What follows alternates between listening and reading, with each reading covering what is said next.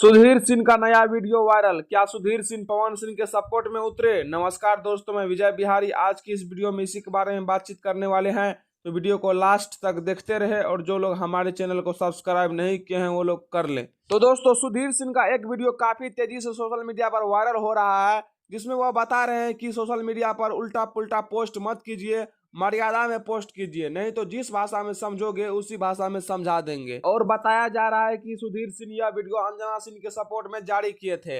हालांकि ये वीडियो का सच्चाई क्या है मुझे भी पता नहीं है, लेकिन ये वीडियो सोशल मीडिया पर काफी तेजी से वायरल हो रहा है। और सुधीर सिंह कल एक पोस्ट भी किए थे जिसमें वो बता रहे थे कि मैं कल लाइव आऊंगा, लेकिन नेटवर्क प्रॉब्लम की वजह से वो लाइव नहीं आ पाए। हालांकि जब ये लाइव आएंगे तो मैं आप सभी को वीडियो में दिखाऊंगा कि ये किसके किसके बारे में क्या सब बोलते हैं। बाकी आप सभी को बता दूं कि सुधीर सिंह छपरा जिला के रहने वाले हैं और इन्हीं के बल पे विशाल सिंह छपरा जिला जाएंगे।